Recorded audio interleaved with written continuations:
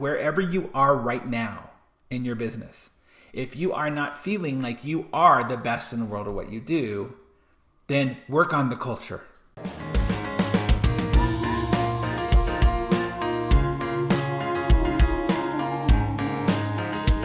Hello again there, leaders. I hope you're having an amazing week so far. I hope that whenever you're watching this, listening to this, that it is serving you in a way that just gives you that little extra boost every single week. My goal in every single one of these videos is to make sure that I'm just giving you little nuggets of wisdom, of information, of encouragement, perspective, so that you can take this to your team, so you can actually think differently. If you notice, now throughout this whole process, you're going to have over a year's worth of 5-minute, 7-minute, sometimes 10-minute videos that are just focused on only desire here is to help you get more, to get more peace, more happiness, more freedom.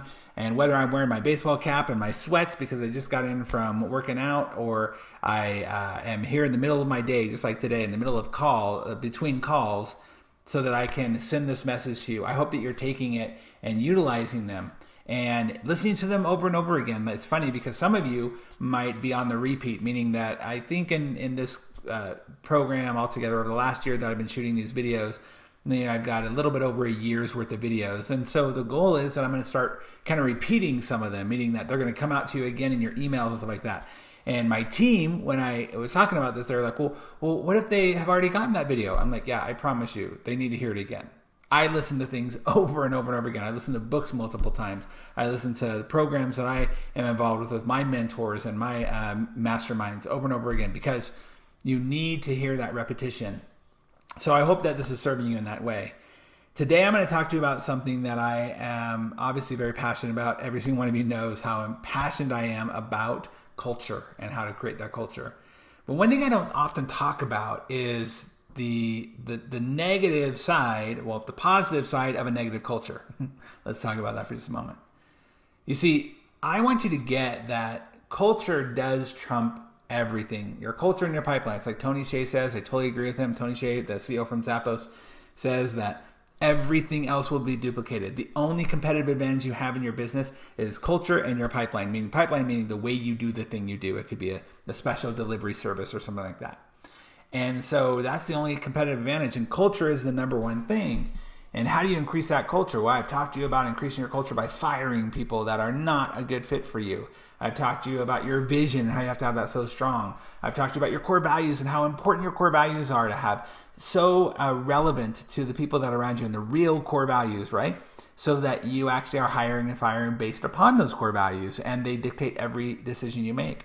I've talked to you about your culture based upon the support that you give to your team and your mentorship, and really all of the ways that I talk about throughout the entire year program all have to do with culture.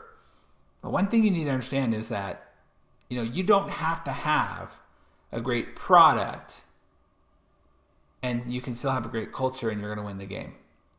And that might be frustrating for you, right? Because, some people out there are thinking, well, what about this company, right? It's not fair that they're winning and their product sucks, or they're not good people. But the problem is that they have a good culture.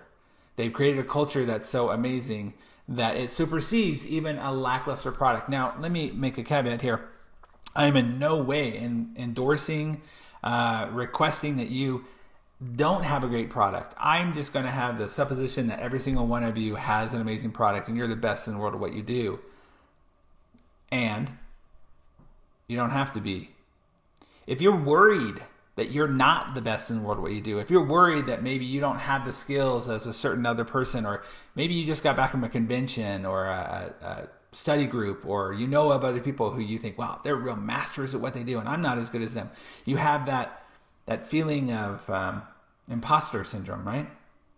We all have that. We all do it. I've got people in my industry, in the speaking and personal development industry, that are amazing, that are the Tony Robbins, the Brendan Burchards, the Dean Graziosis, that I look at and I'm like, man, I want to be like, I honestly actually do believe I'm as good as they are. But they put so much of their time, effort, energy into building up this empire. And so sometimes I can feel like, well, okay, well, who's going to listen to me compared to them, right? They're more prolific out there. Well, you might You most likely have that in your own industry. Maybe there's somebody that's better. Maybe there's a company out there that you're like, well, they're killing it out there. So here's the point. You don't have to be at that level yet. As a matter of fact, your culture will help you get to that level if if you're desiring to get to that level. If you're trying to raise the game and you're not quite there yet, create your culture around it and it will raise that game. It'll make you a fortune. It's like being a mediocre tennis player but playing with the champ. You're always going to raise your game. The person who understands that isn't going to feel defeated every time that they play with them. They're feeling like, I'm getting better because I'm playing against the best. So what I mean by that, what I mean by having a great culture but not a great product. I think one of the most glaring examples of that, in which we could go through a few of them, but the one that I use the most is McDonald's. Right? McDonald's does not have a great product. It's not a product that anybody from any stretch of the mind would go, ooh, if you want to get healthy, if you want to, get some great nutrition in your life, go to McDonald's. No one's going to do that. But McDonald's created a culture. McDonald's created a culture around kid-friendly. They created a culture around ease. They created a culture around, even back in the day with the Happy Meals, like that was a big deal. They created a culture around that. And that culture superseded the lack of the product. Why is that important for you? Because number one, you have to understand that there are going to be people in your industry that are going to surpass you, or they might be a company that you're looking at going like, dang it, why are they being so successful? And you might think, oh, it's the money that they're pouring into it. And that might be possible, right? That's marketing. Marketing is we're going to pour a ton, their type of marketing, I should say, not good marketing, is that we're going to pour a ton of money into this thing so that we can dominate the industry in the sense of awareness. But they might not be a great product. And that's frustrating sometimes. It's frustrating to see that somebody else has a mediocre or a lackluster product, and yet they're dominating. And how do you fight against that? And you get more and more frustrated. But you got to understand, they're working on their culture. They're working on how do they create this culture. Now, you might not like their culture. That's okay. It doesn't matter. But they've created a culture that supersedes a lackluster product. Well, it also is important for you to understand that wherever you are right now in your business, if you are not feeling like you are the best in the world at what you do, then work on the culture. Focus on the culture. Get more, know what that vision is and be really clear about that. Do your legacy vision work. Do your actionable vision work, or the vivid vision that we've talked about. Do that work, and then follow that up with core values that are rock solid and you talk about all the time, ad nauseum, that you use them and you have them guide everything that you do, and then create a support team around you, people who really want to help you get to where you want to go. Create that culture, and I promise you, all of a sudden you will start not focusing on what you think is the lack, but you will raise your game.